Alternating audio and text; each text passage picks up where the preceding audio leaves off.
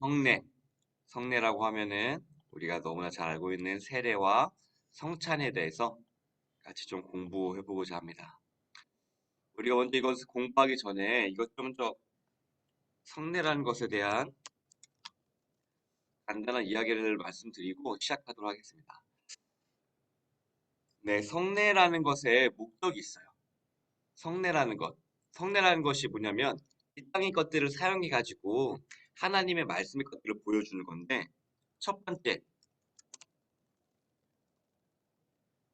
왜 성례를 우리에게 주셨냐?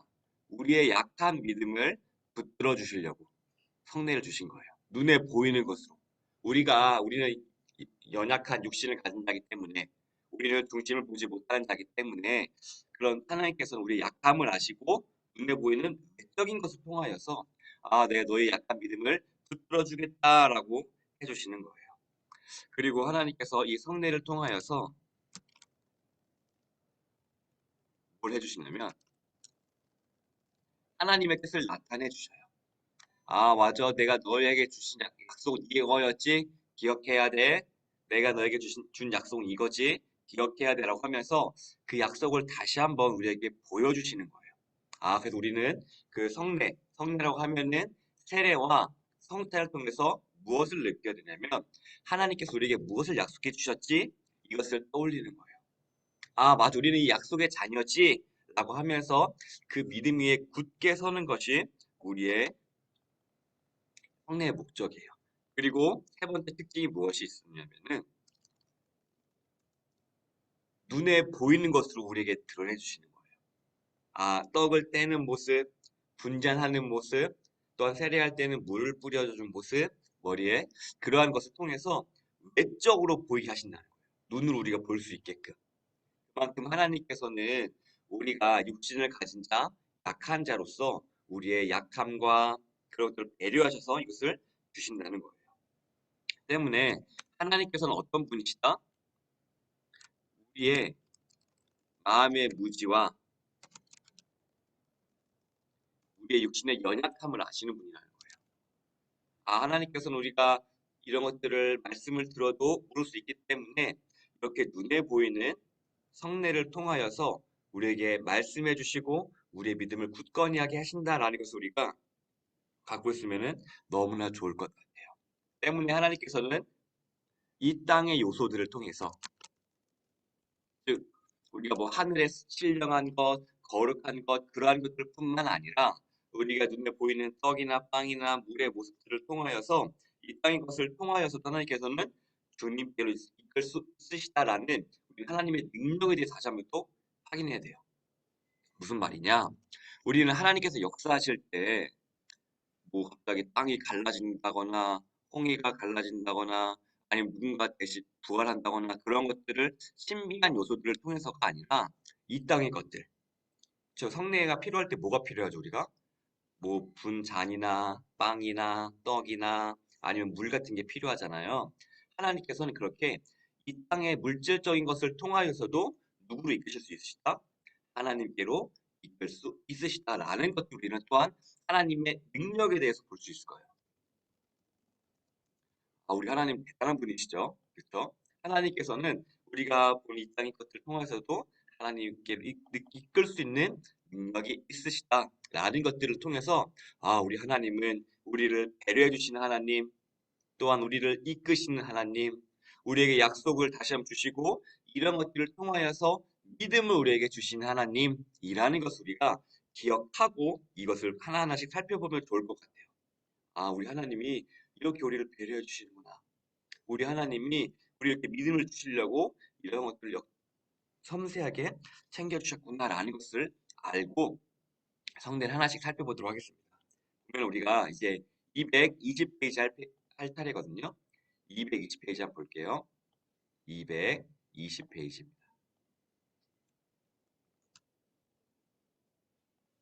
220페이지 볼게요. 성례 91문 보이시죠? 성례 보면은 밑에 회색 박스 보이시죠? 회색 박스. 성례란 신약의 성례란 있는데 신약의 성례란 하면은 뭐가 있죠? 옆에 세례와 성탄이 있다. 우리는 이 두 가지만 있다는 것을 기억하면 돼요. 가톨릭은요, 뭐 결혼이나 죽음이나 그러한 것들을 포함한 결혼 예식이나 장례식이나 포함한 그러한 것들을 포함해서 성례라고 하지만 그것은 성경에 기초한 것이 아니에요. 우리가 믿는 장로교에서는요, 하나님 예수님께서 말씀하신 이 두 가지 세례와 성탄만 성례로 인정한다. 라는 것을 우리가 기억하면 좋을 것 같아요. 우리는 두 가지로만 하고 있는 것이다. 라는 것을 기억하면 좋을 것 같습니다. 그래서 넘어가서 221페이지 볼게요. 221페이지에 주황색 박스에 있는 것을 볼게요. 221페이지 주황색 박스에 성례 동그라미 칠게요. 주황색 박스에 성례 동그라미. 그 다음에 밑줄을 그어 볼게요. 성례가 구원의 효과적인 수단이 된 밑줄. 구원의 효과적인 수단이 된다는 것이 무슨 뜻이냐면은 구원이 필요할 때 뭐가 필요하죠? 믿음이 필요하잖아요. 그렇죠?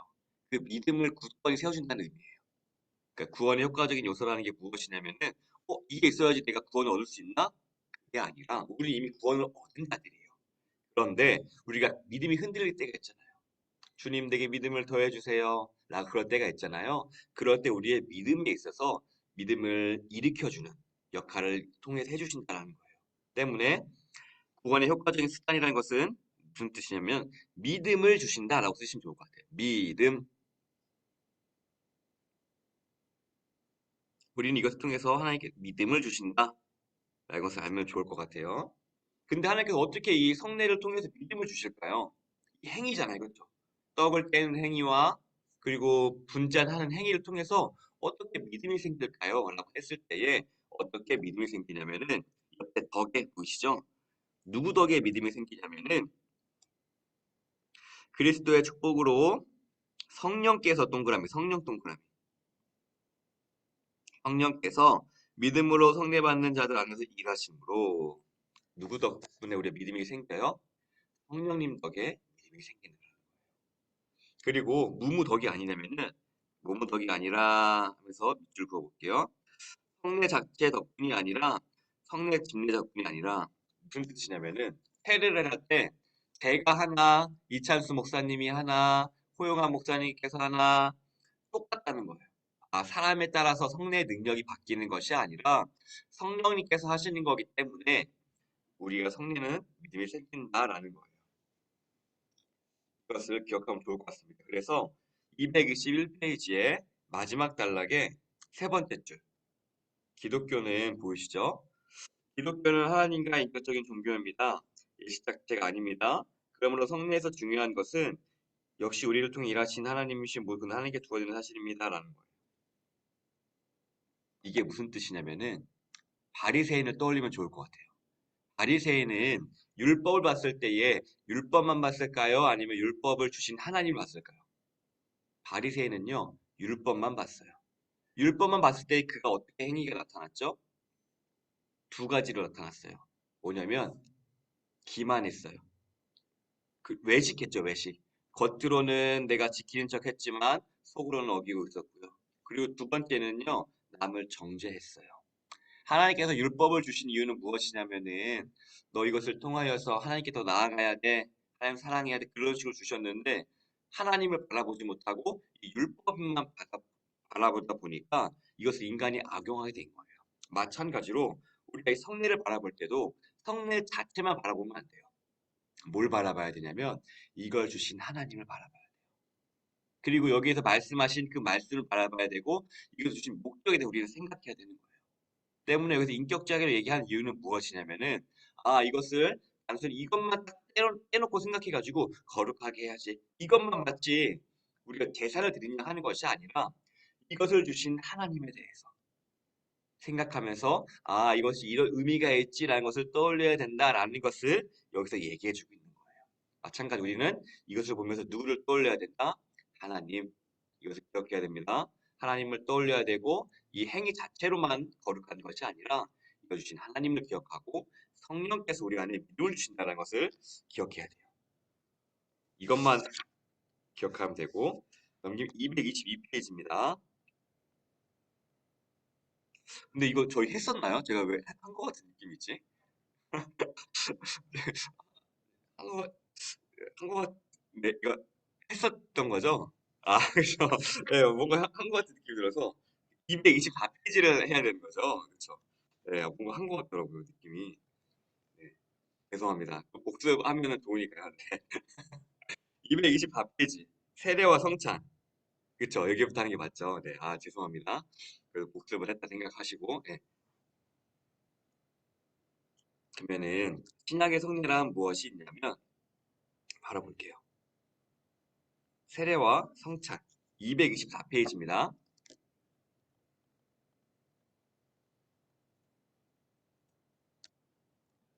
세례와 성찬이 있습니다. 그러면은 이것에 대해서 같이 좀 공부하도록 해보겠습니다. 위에 보면은 세례와 성찬 위에 박스 보면은 성례란 무엇이냐라고 나와 있어요. 이 책에서 말하는 성례란 무엇이냐면 그리스도께서 정하신 거룩한 예식이래. 그렇죠. 누가 정하셨냐면은 예수님께서 정하셨다는 거예요. 때문에 예수님께서 정하지 않는 것들을 천주교에서 하고 있는데 그것을 우리는 성례로 인정하지 않는다라는 것을 알면 되고요. 그럼 이렇게 뭘 하시냐면은 나타내시고 뭘 나타내시냐면은 눈에 보이는 표시들로 나타내시고 인치신대요. 그리스도와의 새 언약과의 유익들을 그리고 적용한대요. 있는 자들에게. 이게 무엇이냐면은 이게 성례를 통하여서 하나님께서 우리가 눈에 보이는 것으로요. 하나님께서 주신 언약과 그 믿음의 요소들을 주신다는 거예요. 우리에게. 그리고 믿는 자들에게 동행케 하신다라는 건데 이게 좀 어려운 말이니까 옆에 보면서 하나하나씩 살펴볼게요. 225페이지입니다. 그러면은 성례를 통해서 우리가 유익을 얻는데요.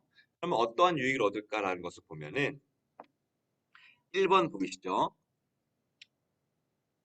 1번 하면은 동그라미 칠게요.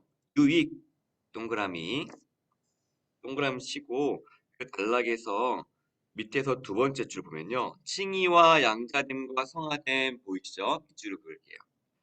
칭의와 양자됨과 성화됨 기억하시죠? 그런데 성례를 통해서 그것들을 다시금 깨닫게 하고 적용해 준다는 이야기입니다. 밑줄. 뭐냐면은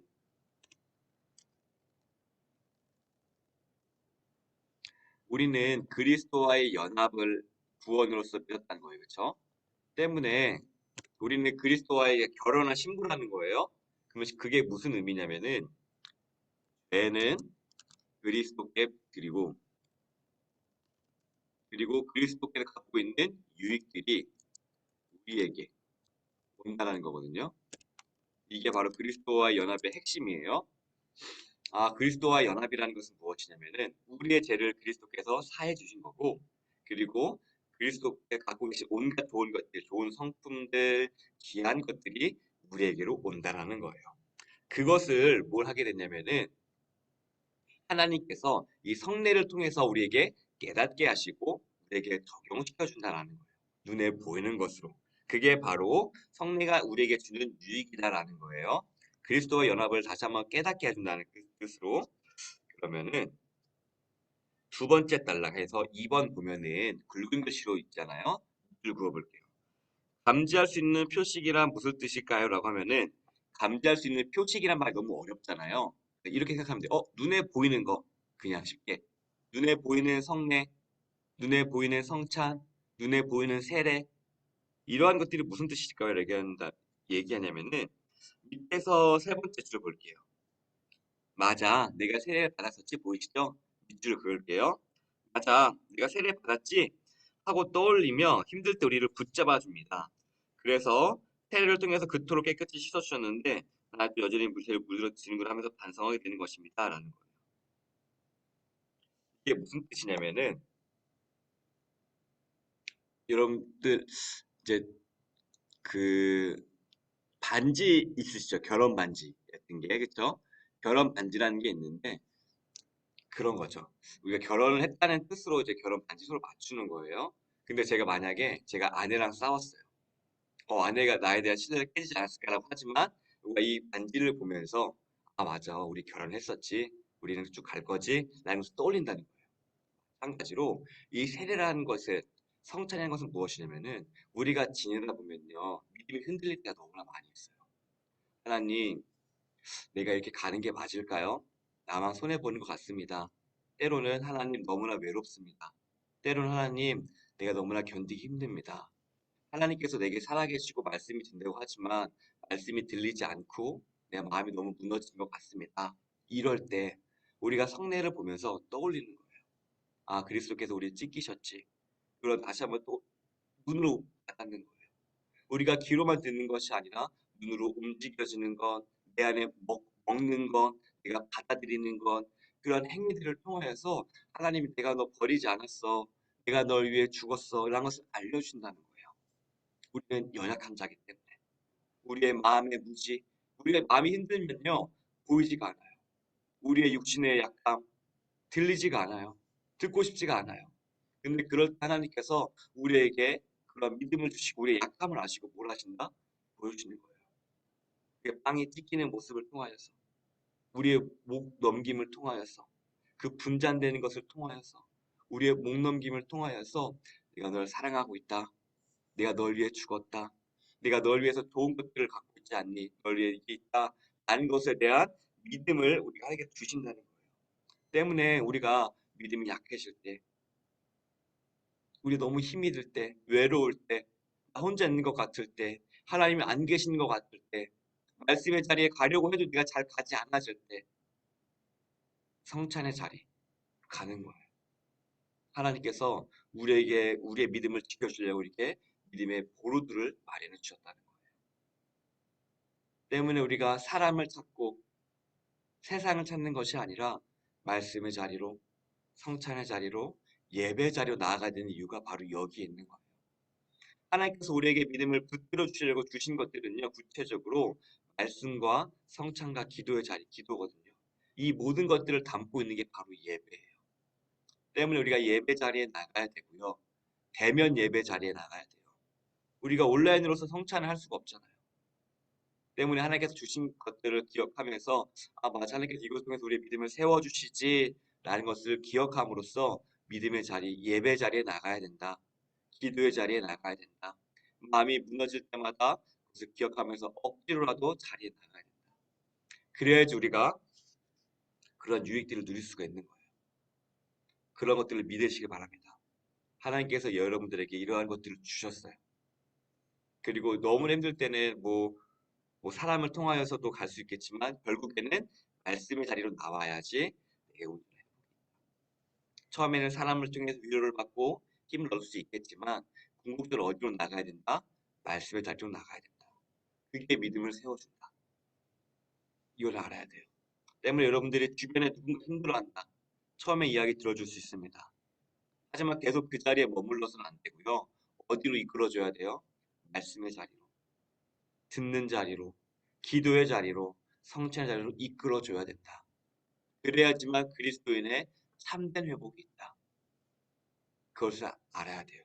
인간적인 좋은 말은 거기까지예요. 나의 생각을 못 바꿔요. 하지만 성령님께서는요, 우리에게 믿음을 주실 수 있는 분이에요. 달라지는 거예요.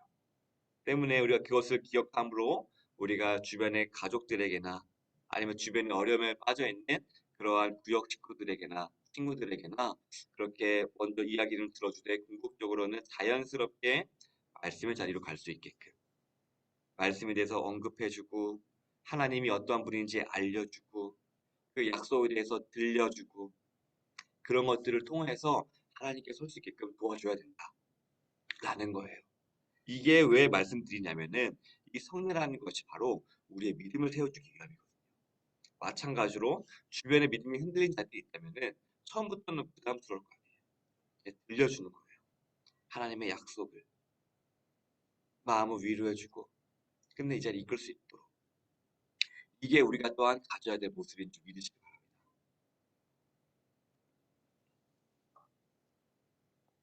넘겨볼게요. 226쪽입니다. 이제 226쪽은요. 대요리 문답에 대해서 성례가 어떻게 얘기하냐라고 하는 건데 말씀드리면은 소요리 문답이라는 것은 그 종교개혁 당시에 1600년도에 이제 학생들을 위해서 만들어진 게 바로 이 소요리 문답이에요. 그리고 지금 우리가 볼 대요리 문답은 목사님이나 직분자들, 그리고 어른들을 위해서 준비된 그러한 요리 문답이에요. 때문에 소요리 문답은 정말 필요한 것들만, 필수적인 것들만 모아놓은 것이고, 거기에 좀 더 보충해야 될 것들은 바로 이 대오리 문답에 나와 있는데, 이 대오리 문답은 뭐라고 보충하고 있는지 좀 같이 살펴볼게요. 226쪽을 보면요, 회색 박스가 있어요. 그쵸? 회색 박스. 회색 박스에 보면은 질문이 있어요. 성례는 무엇인가요? 라고 있고, 그러면은 그 뜻이 있는데, 크게 5가지로 이야기하고 있어요. 하나하나씩 살펴볼게요. 밑줄 그을게요. 첫 번째 밑줄. 표시하고 인치고 증거하기 위해라는 거예요. 뭐냐면은 중보의 유익을 써져 있죠. 그렇죠? 이게 뭐냐면 아 맞아 하나님께서 우리에게 연합됨으로 말미암아 우리 얻어진 것들이 있지라는 것들을 다시 한번 확인하고 확증하고 우리에게 적용하기 위해서요. 아 우리 이것을 통하여서 그리스도께서 우리가 주신 것들을 기억해야 되는구나라는 거예요. 그리고 두 번째 볼게요. 강화하고 증진시키기 위해 밑줄. 이게 뭐냐면 우리의 믿음을 강하게 하기 위해서요. 아, 우리 이것을 통하여서 믿음을 강하게 하는구나라는 것인데 그 믿음을 강하게 하는 게 필요한가라고 했을 때에 마가복음 9장 24절에 보면요. 나의 믿음 없는 것을 도와주셔서라고 고백하는 장면들이 있거든요. 우리가 항상 믿음이 충만하지 않아요. 우리가 믿음이 약할 때에 이런 것들을 통해서 하나님께서 우리를 강하게 해주신다는 거고요. 세 번째, 돕기 위해 뭘 돕냐면은 순종하도록. 아, 네, 맞아. 하나님께 주셨지. 하나님의 말씀에 순종해야지 알 수 있게끔 이렇게 도와준다는 거예요. 그리고 네 번째, 증거하고 소중히 기리기 위해 서로 간의 사랑의 교통을. 아, 맞아. 우리가 주님 안에서 형제 자매지. 서로 이렇게 해야 되겠다라고 하고 마지막으로는 구별하기 위해. 뭐냐면은 이 성례는 세례 받은 사람만 할 수 있는 거잖아요. 그렇죠? 아, 구원 언약 백성만 할 수 있는 거예요. 마찬가지로 아, 우리가 구원받았지라고 하는 거 다시 한번 확인할 수 있는 거예요. 때문에 하나님께서는요, 우리가 눈에 보이는 것들을 통하여서 우리의 믿음을 증진시켜 주시고, 또한 우리가 믿게 하시고, 우리가 구원받은 잘한 것을 깨닫게 하시고, 순종하게 하시고, 하나님께 나아갈 수 있게끔 이끄신다는 거예요. 이게 너무 어려운 말이잖아요. 강화하고 돕기 위하고, 뭐, 소중하고 증거하고, 이걸 한마디로 얘기하면은 주님께 더 가까이 갑니다라고 하면 우리를 어디로 이끈다는 거예요? 주님께로 가까이 이끈다라는 거예요. 이 어려운 말들을 하나 한마디로 하면은 주님께로 이끈다. 믿음을 세워준다. 이런 식으로 이해하시면 좋을 것 같아요. 즉 우리가 성례를 통해서 우리가 알아야 될 게 무엇이냐면은 우리가 주님에 대한 믿음이 더 굳건해지는 것. 믿음이 굳건해지면 어떤 현상들이 있죠. 생각해 보면 순종하고 싶잖아요. 하나님께 더 나아가고 싶잖아요. 전도하고 싶잖아요. 사랑하고 싶잖아요. 그러한 것들이 우리에게 일어나게 된다라는 거예요. 하나님께 더 가까이 나아가게 된다라는 것을 기억하면은 좋을 것 같습니다. 네, 그리고 227쪽 볼게요. 227쪽 보면은 밑에 노란색 박스 있잖아요. 그렇죠? 노란색 박스에 보면은 세 번째 줄 볼게요. 교부들이 보이시나요? 밑줄을 그을게요. 교부들이 성례를 정의하길 눈에 보이지 않는 은혜를 나타내는 눈에 보이는 표 동그라미 눈에 보이지 않는 은혜를 나타내는 눈에 보이는 표라고 하는데 하나님께서 그리스도의 연합 우리의 죄가 그리스도께서 가져가시고 예수님께서 좋은 것도 우리에게 주신 게 느껴지나요? 안 보이죠? 근데 이것을 어떻게 했다고요? 눈에 보이게 만들었다고요. 성례라는 게. 그렇게 의미해요. 아, 내가 성찬을 보면서 세례를 보면서 뭘 느껴야 되냐면은 내가 내의 죄를 주님께서 가져가셨고 내가 주님을 말미암아 얻어지는 은혜들이 있구나 라는 것을 눈에 보이는 것을 확인할 수 있다라는 것이 바로 이 성례다라는 것을 기억하면 좋을 것 같습니다. 네, 넘겨보도록 할게요. 228쪽입니다.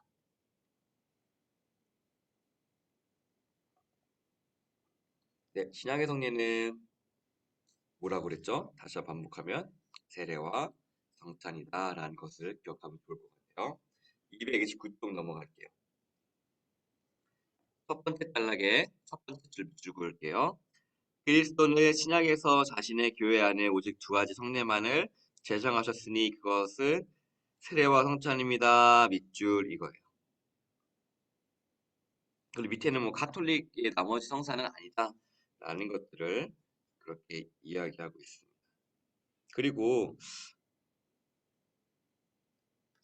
229쪽에 밑에서 두 번째 단락 하면요. 하나, 둘, 셋, 넷. 밑에서 네 번째 줄. 이게 무슨 얘기를 하는 거냐면 밑줄 일단 밑줄로 그을게요.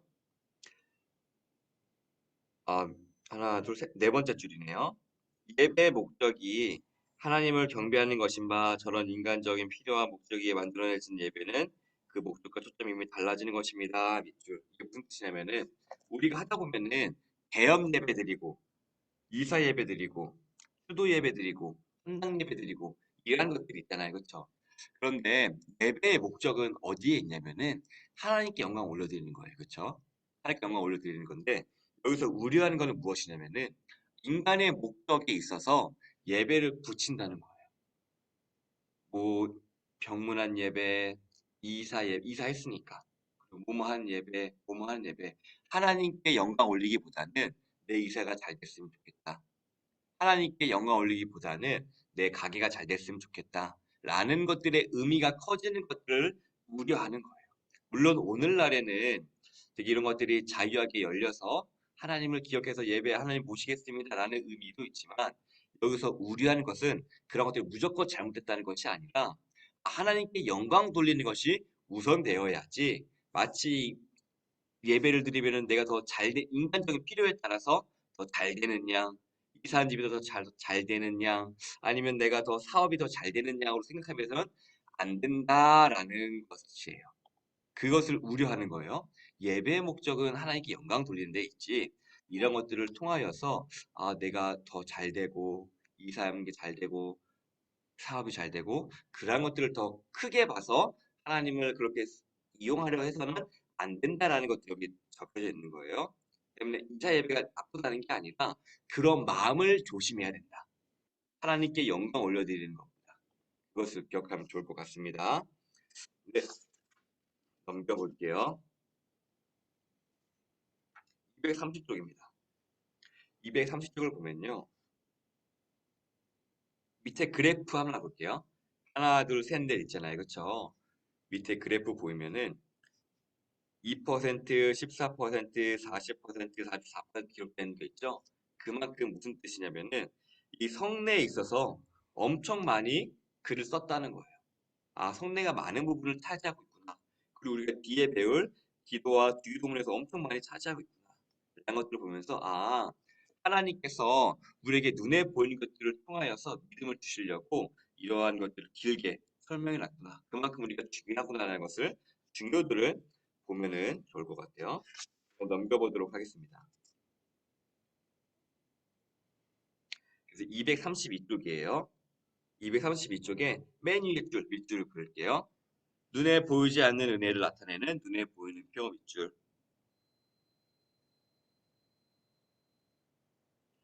맞아. 하나님께 우리에게 은혜를 주셨지 이것을 눈에 보이는 것으로 한다는 거예요. 그리고 또 밑줄 첫 번째 줄 밑줄을 그을게요. 신약 시대에 그리스도께서 친히 제정하신 성례. 성례 요소는 표와 은혜입니다. 밑줄. 표라는 것은 무엇이냐면 눈에 보이는 거예요. 그리고 은혜라는 것은 하나님께서 그냥 공짜로 주신 거. 그렇게 생각을 해보면 됩니다. 때문에 표와 은혜가 중요한 것이 무엇이냐면은 표는 그 자체만 중요하다고 하는 거예요. 바리새인들이 범한 것을 우리는 주의해야 된다는 것을 기억하면 돼요.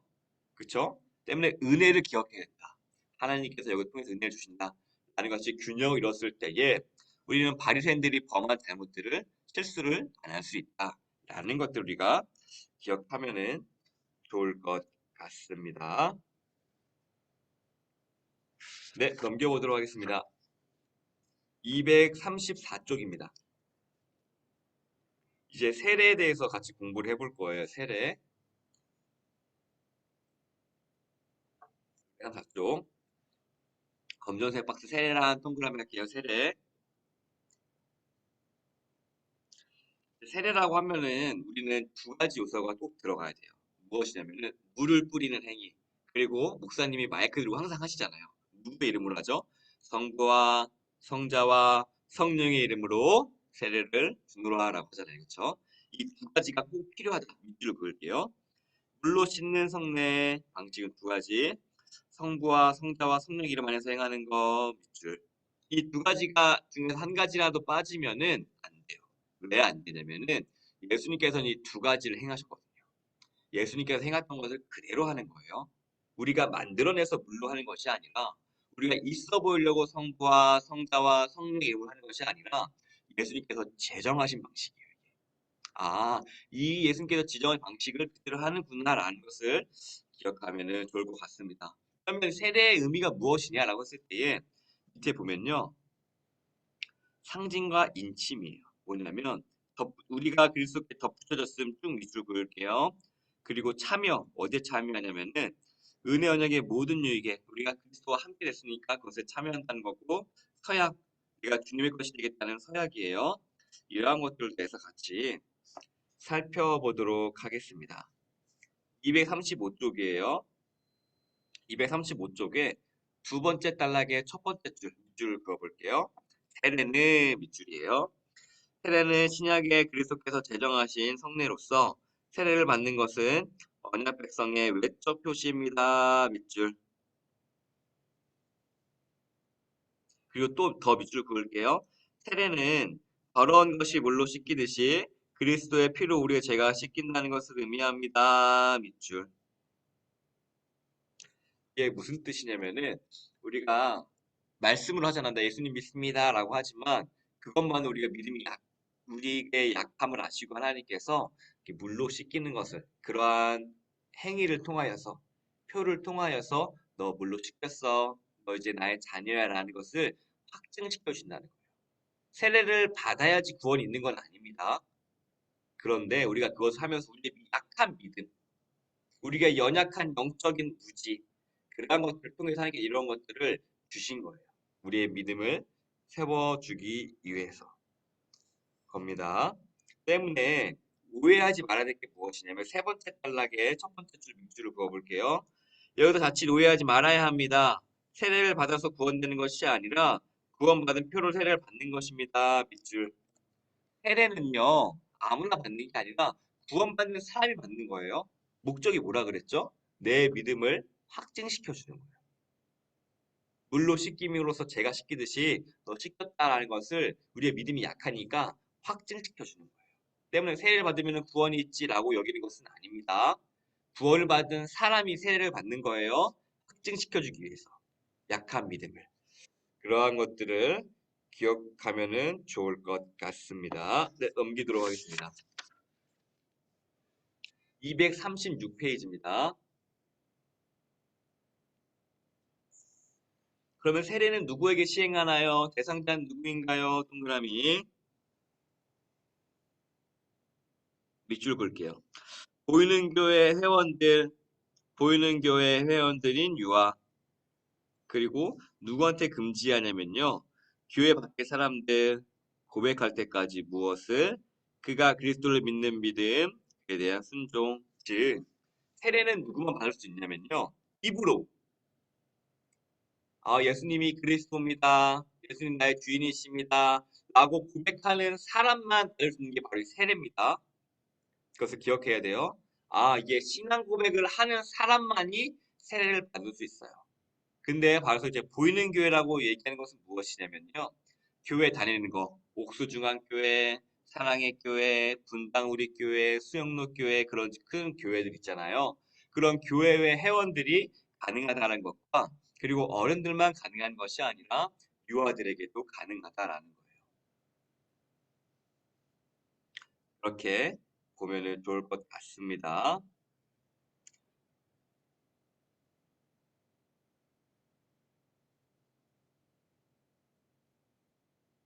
그리고 237쪽 볼게요. 237쪽 옆으로 넘어 볼게요. 세례. 두 번째 단락 볼게요. 두 번째 단락의 첫 번째 줄입니다. 이 세례를 받는 조건은 일단 유언주 교회 일원이어야 하며 그리스도를 믿는 신앙 고백을 할 수 있어야 합니다. 밑줄. 그리고 밑에서 그거 한 다음에 하나, 둘, 셋, 넷, 다섯 번째 줄. 그러나 보이시죠? 두 번째 단락의 다섯 번째 줄. 그러나 유아에게는 영적 부모의 신앙 고백을 통해 동일한 언약 안에 있음을 인정하고 세례를 베풉니다. 밑줄. 무슨 뜻이냐면은 우리가 어떻게 어린아이 입술로 고백 못하는데 어떻게 해요? 라고 했을 때에 어떻게 바라보냐면 어머니의 고백을 자녀들도 한다라는 것을 보는 거예요. 무슨 뜻이냐면은 그만큼 교육이 중요하다라는 거겠죠. 유아에게는 영적 부모 신앙 고백 그대로 이어진다라는 거예요. 아이에게는 그렇게 교육이 중요하다. 그렇게 인정한다라는 것이기 때문에 그것이 중요한 겁니다. 그리고 237쪽에 세 번째 단락의 첫 번째 줄 볼게요. 이것이 하나님의 은혜가 우리의 신앙보다 먼저이기 때문입니다. 밑줄 쭉. 너희가 나를 택한 것이 아니요 내가 너희를 택하여 세웠나니 밑줄. 그렇죠. 따라서 믿음의 가정은 하나님의 언약의 근거에서 자녀들의 구원을 소원 가운데 믿으며 기꺼이 이루어 세례를 받도록 해야 합니다. 그리고 또한 세례를 바꾼다는 것이 아니라 그 아이가 말씀에서 하나님의 백성답게 자라도록 더욱 잘 가르쳐야 하고 양육해야 할 것입니다. 밑줄. 무슨 뜻이냐면요. 구원이 누구에게 있다고 하죠? 성경은 나에게 있는 것이 아니라 내가 하나님을 택한 것이 아니라 누가 우리 택하셨다고요? 하나님께 우리를 택하신 거예요. 우리가 그거를 믿는다면요. 우리의 자녀도 택하셨지라고 생각하는 거예요. 때문에 우리는 당연히 유아세를 받게 해야 되고요. 당연히 하나님께 택하셨기 때문에 신앙 안에서 자라길 수 있게끔 잘 가르치고 양육을 해야 된다는 거예요. 우리의 역할입니다. 거기에 있는 믿음은 어디에 기초해 있어요? 구원은 얘가 있을 거예요. 얘가 선택해야죠. 라고 하는 것이 아니라 우리가 어렸을 때 믿는 거예요. 구원은 하나님께서 택하셨다. 하나님께서 나도 택하셨듯이 내 자녀도 택하셨다. 그리고 세례를 받게 하고 가르치고 양육을 하는 거예요. 계속. 왜냐하면 신명기에서도 계속 가르치라고 하거든요. 문설 틈을 지날 때나 붙어놓고 가르치고 들으라 얘기하고 즉 우리가 유아 세례를 받게 하는 이유는 무엇이냐면은 그 근거는 우리가 그 아이가 신앙 고백을 한다는 거, 그 행위에 있는 것이 아니라 구원은 누가 택하셨다? 하나님께 택하셨다. 이 아이도 하나님께 택하신 백성이다. 라는 믿음에 근거하고 있다. 라는 것을 기억하면 좋을 것 같습니다.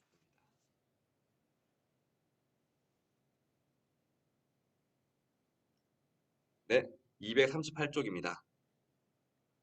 그러면은 신앙 고백이 뭘까요? 여러분들 하면 신앙 고백하면은 뭐라고 고백할 것 같으세요? 여러분들 뭐 하면은 대표적인 신앙 고백이 뭐 주기도문이나 사도신경이나 니케아 신경이나 막 그런 것들이 있단 말이에요. 그렇죠? 근데 여기서 말하는 핵심은 무엇이냐면은 신앙 고백의 포인트를 좀 볼게요. 238쪽 첫 번째 단락입니다. 첫 번째 줄 밑줄을 그어볼게요. 하나님을 좀 얇은 글씨부터 하나님을 보이시죠? 밑줄 쭉 그어볼게요. 하나님을 나의 아버지로 고백하고 그의 아들 예수 그리스도의 탄생과 죽음 그리고 부활하심 중 깨닫게 된 놀라운 우리를 향한 사랑에 감사하고 하나님을 영화롭게 하는 것과 즐거워하는 것 이것을 삶에 어필하는 것이 참된 신앙 고백입니다. 밑줄. 참된 신앙 고백이 무엇이라고요?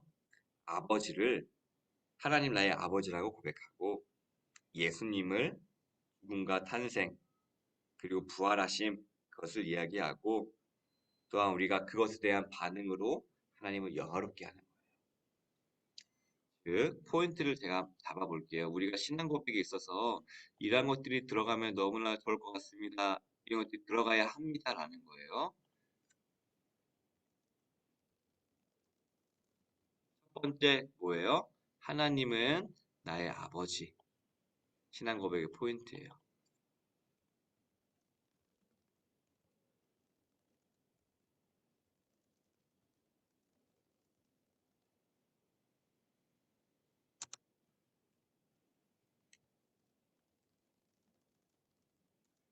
그렇게 첫 번째 세 가지 요소가 들어가야 된다는 거예요. 첫 번째, 하나님은 나의 아버지가 되십니다라는 하나님이 어떠한 분인지에 대한 고백.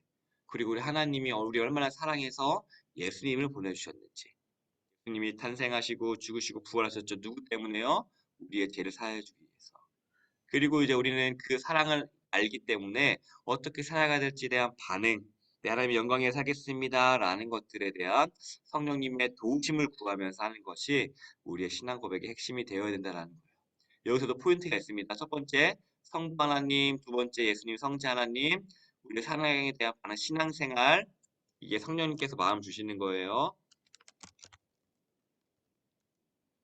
이것이 요소가 다 들어가야 된다라는 것을 기억하면 좋을 것 같습니다. 우리의 신앙 고백입니다. 때문에 이것은 우리가 주기도문이나 다른 신앙 고백서를 통해서 나의 신앙 고백서를 만들어 봐도 좋아요. 나의 하나님은 나의 아버지십니다. 나의 말로 풀어보는 거예요. 때문에 자녀들과 해보기도 너무 좋아요. 왜냐면은 우리의 말로 풀지 않으면요. 우리는 그냥 입력된 것만 이야기하는 거예요. 우리의 복은 누구입니까 하면은 예수님이요. 근데 실제로 구하는 것은 예수님이 아니라 돈을 구하고 있다거나 그러한 것들이 되지 않는다는 얘기죠. 내 말로 풀어보는 거. 때문에 이 신앙 고백 세 가지 요소를 꼭 들어가는 거. 하나님은 누구신가? 예수님의 탄생과 죽음과 부활, 나에게 어떠한 영향을 끼쳤는가? 세 번째, 이것에 대해서 우리가 어떻게 살아가야 되는가? 라는 것들에 대해서 한번 적어보는 것도 너무나 좋을 것 같아요. 때문에 다음 내년에 이제 에스라 성경대학을 하면은 좀 교리를 할 때 좀 이렇게 뭐 신앙 고백에 관련된 것들을 조금 해보면 좋지 않을까라는 생각을 하고 있는데, 물론 나중에 내년에 할 거니까 그때 생각을 해보고, 하여튼 신앙 고백은 이 세 가지가 들어가야 된다. 때문에 우리가 지금 이제 이런 것들을 공부해야 된다라는 것을 기억하면은 좋을 것 같습니다.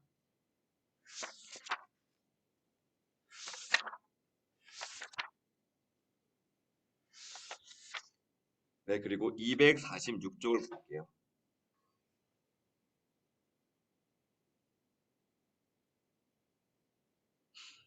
246쪽을 보면은 첫 번째 줄에 세례를 사용하라 보이시죠? 세례를 사용하라 밑줄.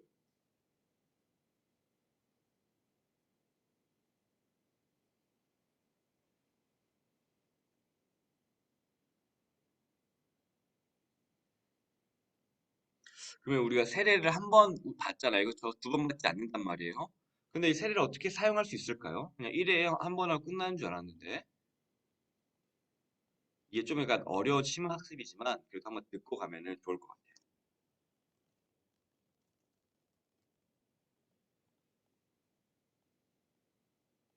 세례를 사용하라 한번 보도록 하겠습니다. 네, 그 회색 박스 보이시죠? 세례를 사용하라 보면요. 이제 굵은 글씨로 되어 있는 거 세 번째 단락돼 있죠. 우리의 일평생 동안 보이시죠? 밑줄을 그어볼게요. 우리의 일평생 동안 특별히 시험 당할 때와 다른 사람들이 세례를 받고 있는 자리에 참석했을 때 그리고 밑줄이에요. 심각하게 또 감사히 고찰함으로 생각해 보라는 거예요. 우리가 세례를 통해서 다른 사람들 세례 자리에 참석하거나 아니면은 우리가 시험에 들 때가 무슨 뜻이냐면은 믿음이 약해질 때로 쓰면 좋을 것 같아요. 시험을 당할 때 우리 믿음이 약할 때예요. 믿음이 약할 때. 이제 그 세례를 이제 생각하는 거예요. 왜냐면은 세례가 뭐지? 라고 했을 때 그리스도께서 제정하신 목적, 보증된 특권과 혜택, 엄숙한 서약들, 세례를 통해서 하는 것들을 떠올리는 거예요. 그리고 겸손해진다라고 하는데 뭐냐면 우리의 죄악스러운 더러움 때문에 거기에 비치지 못하는 역함으로 인하여서 그리고 확신에 이른다. 성숙해짐으로써 밑줄. 이게 무슨 뜻이냐면은 우리는 세례를 사용해야 돼요. 뭐 어떻게 사용하느냐? 믿음이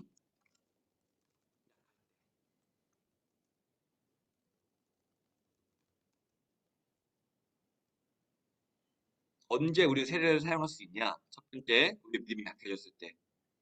우리가 시험에 들 때 다른 말로. 그리고 두 번째, 다른 이들이 세례를 할 때. 그 우리는 이때 우리가 세례를 사용을 한대요. 그러면은 어떻게 사용을 하는 것이냐라고 했을 때에 사용을 한다는 것이 어떻게 우리가 뭐 연필을 쓰듯이 사용하는 것이 아니라 그 내용을 되새긴다는 뜻이에요. 그래서 여기서는 심각하게 고찰한다라고 표현했는데 그만큼 생각을 깊게 하라는 뜻입니다.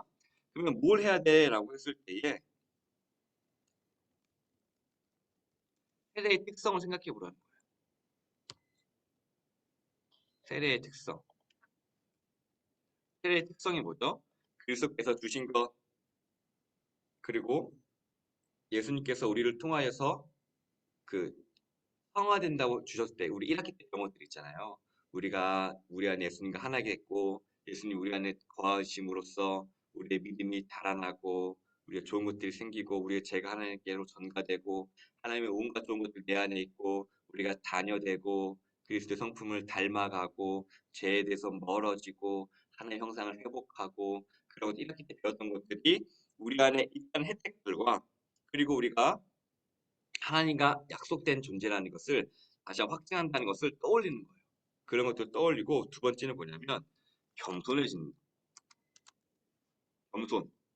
겸손이라고 하는 게 무슨 뜻이냐면은 우리가 하나님께서 우리에게 목적하신 그 모습들 있잖아요. 그렇죠? 너 이렇게 될 거야라고 하는 모습을 보여줬다. 예수님의 모습을. 근데 우리의 모습은 어떻죠? 죄로 인하여서 거기에 갖지 못해요. 너무나 예수님의 모습과 나의 모습을 비교해 보면은 내가 한없이 죄인이고 한없이 못났고 모난 부분들이 너무나 많아요. 그런 것들을 통하면서 우리는 겸손해지는 거예요. 아, 내가 구원 받았지라고 하면서 막 사는 것이 아니라 아, 맞아. 내가 아직도 갈 길이 많이 남아 있지. 내 안에 이러한 약한들을 봤을 때에 아직 예수님을 닮아갈 것들이 많이 있지. 내가 아직도 더 시간이 많이 필요하지. 라는 것들을 겸손히 생각하는 거예요. 그리고 동시에 우리가 성숙해지는 거예요. 뭐냐면은 내가 맞아. 그거 하지만 내가 제사함을 받았고 하나님께서 이러한 것을 내게 주신다고 하셨어. 네가 하나씩 하면 돼라고 하면서 성숙해진다는 거예요. 즉 우리의 인생의 여정에 있어서 이 세례를 사용한다는 것은 무엇이냐면은 세례를 보면서 아 예수님께서 내게 해주신 것들을 떠올리고요. 그리고 하나님께서 우리에게 모습하신 그 모습 그리고 그 모습까지 가지 못한 나의 모습 그것을 비교하면서 다시 겸손하게 하지만 동시에 내가 하나님께서 주신 그러한 믿음으로 여기까지 갈 거야라는 성숙함 그런 인생에 있어서 예수님을 닮아가게 해준다라는 것을 기억하면 좋을 것 같아요. 세례를 사용한다는 것이. 조금 어려운 말이긴 한데 결국 예수님을 닮아간다라고 생각하면 돼요. 한마디로 요약하면. 그렇게 생각하면 좋을 것 같습니다. 세례를 사용한다라는 것의 의미를.